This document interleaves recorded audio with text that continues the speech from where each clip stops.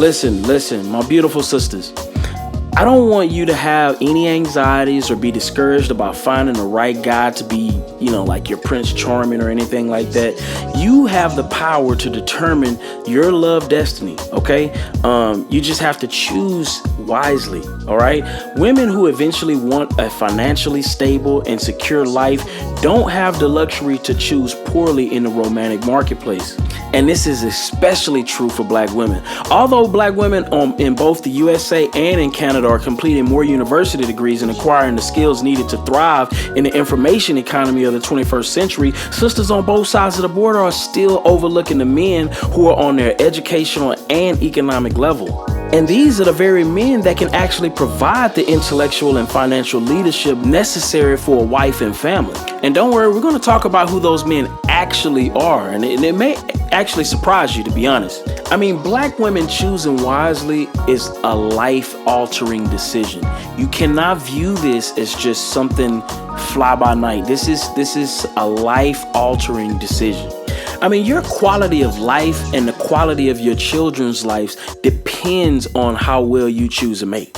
Okay? Your choice will determine whether you will live in a nice home, in a safe and prosperous neighborhood with good schools, libraries, parks, and other social amenities.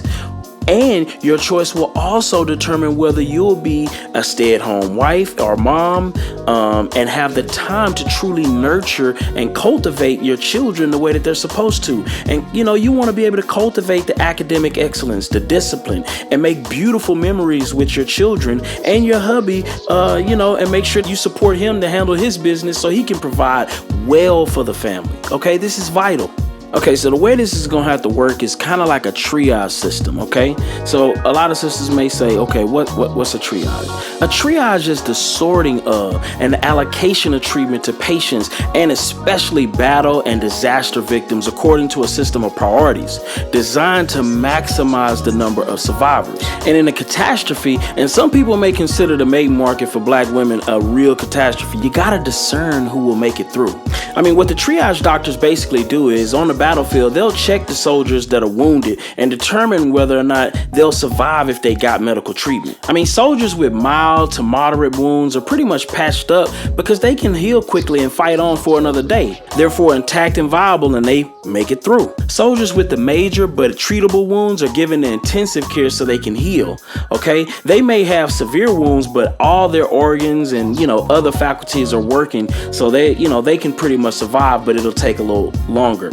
However, soldiers with fatal wounds are treated with medication to minimize their pain and suffering. Their wounds are so severe that death is pretty much inevitable. So the fatally wounded won't make it. Ladies, you're in a triage mating market, and you have to determine which men are viable enough to make it to the highly competitive 21st century labor market, essentially. And you're doing this because those men offer you the best prospects for safe, stable, and financially secure futures for you and any potential children that you might have. Plain and simple, the 21st century has created a new alpha male. And that new alpha male will be the intellectuals, the critical thinking black men who can adapt and problem solve. Now, see, the problem solve part is very critical. You got to really, really listen to what I just said. The new alpha male of the 21st century, I'd say in the 20th century, you probably could have got away with the brawn, the strong, slightly dumb. But in the 21st century, the new alpha male will be the intellectuals, the critical thinking black men who can adapt and problem solve, aka the nerds. Plain and simple, the modern world is built and maintained on brain power rather than brawn. And the men most likely to thrive in a highly competitive modern society are the nerds. Plain and simple, the thinking black men. Don't believe me? A black alpha male intellectual, Barack Obama, became president of the United States. Yes, an idealistic former community organizer who was also an honors graduate of Ivy League Columbia University, as well as the first black to become the president of the Law Review at Harvard University Law School, is the nerd who basically plays chess. He reads prolifically and listens to classical jazz. He stepped his game up and assumed the highest office in the land, commander-in-chief and leader of the free world. Indeed, nerds run the world. Peep game. You have to make smart love choices. Black women must observe and take note that nerds run the world. It's the brainy, not the brawny, who run the financial, political, and military infrastructures that provide us with our modern way of life. Listen, a nerdy computer programmer and co-founder of Microsoft Corporation, alpha male intellectual and billionaire Bill Gates is doing more to alleviate world poverty, hunger, and disease throughout the globe via his Bill and Melinda Gates Foundation than just about any other person in North America, period. The nerdy co-founder of 5 Hour Energy Drink, another alpha male intellectual, Indian-American billionaire, Manav Bhagava, he is sponsoring mega research in the development of fossil-free sustainable clean energy, inexpensive water purification technologies, as well as affordable healthcare technology for the development of the new world. And we also have David Stewart, the alpha male intellectual founder and chairman of the Worldwide Technology Company with $7.8 billion in sales annually and the largest black business in the USA, as well as #1 on the Black Enterprise 100, is using his wealth to sponsor diversity in the STEM, which is the science, technology, engineering, and math professions, and business development for minorities and women. And his wife is black, so ladies, you need to be showing more love to the nerds, all right? It's just essential that you do not waste your pretty on these dudes who are not handling their business, period. As the relationship author and blogger Demetria Lucas asserts in her book, listen, just don't waste your pretty. All right, especially on men that are not investing in themselves to acquire the skills and credentials required for them to be financially viable in the 21st century. Don't waste your pretty on excuse makers who blame everyone else for their failings. Okay, this is critical because a lot of guys who will run under the banner as if they're protecting and building and doing it, but they're not doing anything but blaming.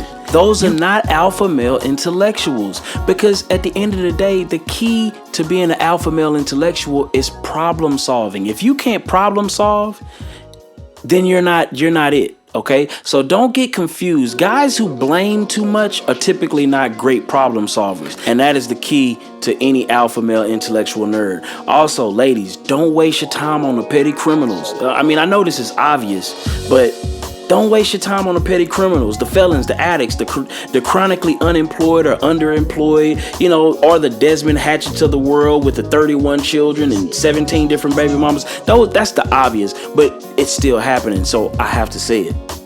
Making it in life is already tough enough, and to exacerbate the difficulty by dating or mating with men who have very poor chances of becoming financially stable is basically playing against your own best interests.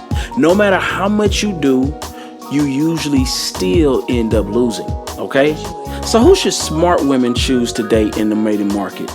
Okay, off top, you need to invest most, if not all of your time with the good guy nerd types, or the everyday good brothers that make good life decisions, good choices, hardworking, and gainfully employed. This is usually a great indicator of higher IQ men. 2, past behavior is usually the best indicator for future behavior. All right, so as a rule, good boys grow up to be good men, typically.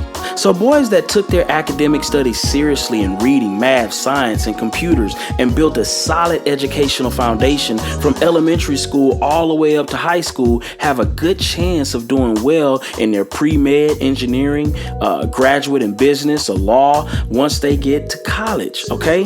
The slackers would be considered the fatally wounded on the triage battlefield of life. You just triage them right to the bench. These men won't make it financially in life, and their wives and children will suffer for their failures. Focus on STEM men, the brothers in science, technology, engineering, and math. Those are going to be the men with the greatest potential, okay? That is, position yourself to meet and cultivate relationships with men in these departments, period, okay? Also medicine, all right? Computer science, computer system administrators, computer software engineers, civil engineers, electrical engineers, mechanical engineers. I mean, this is what you want to be dealing with. Yes, any types of university degreed engineers, period. Also law, don't forget law, business as well, MBAs. The days of the low-level hustlers are essentially over. The mom and pop businesses, that's gone away with the dinosaurs. Now for the foreseeable future, the big money will be made in technology. A guy can make more money writing computer codes and software applications than he can making t-shirts at the flea market. Believe that. It's the 21st century, ladies. Your men have to acquire high-income skills for the 21st century. You just have to. It's a necessity. There's no argument about this. Tell the excuse makers to keep moving. Keep it moving.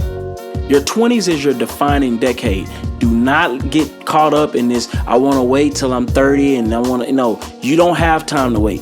20s, when you're at your sexual marketplace peak, that's when you need to be finding your husband. I mean, most men are attracted to you when you're in your 20s, period. When you're hot, you're sexy, you're fertile. After 30, top quality men are essentially not checking for you like that. I'm just being honest. When you get to 30, men get less flirty, period. And this has nothing to do with you not being a great woman. I mean, you're still valuable. It's just nature. I mean, that's just the way men are wired. So ladies, just let the higher IQ, nerdier guys win the love to your heart. I mean, just try it. It may work out for a better life for you. Plus, you may get some smarter, more competitive children in the 21st century global markets of tomorrow. I mean, it's not too bad of a deal. All right, peace.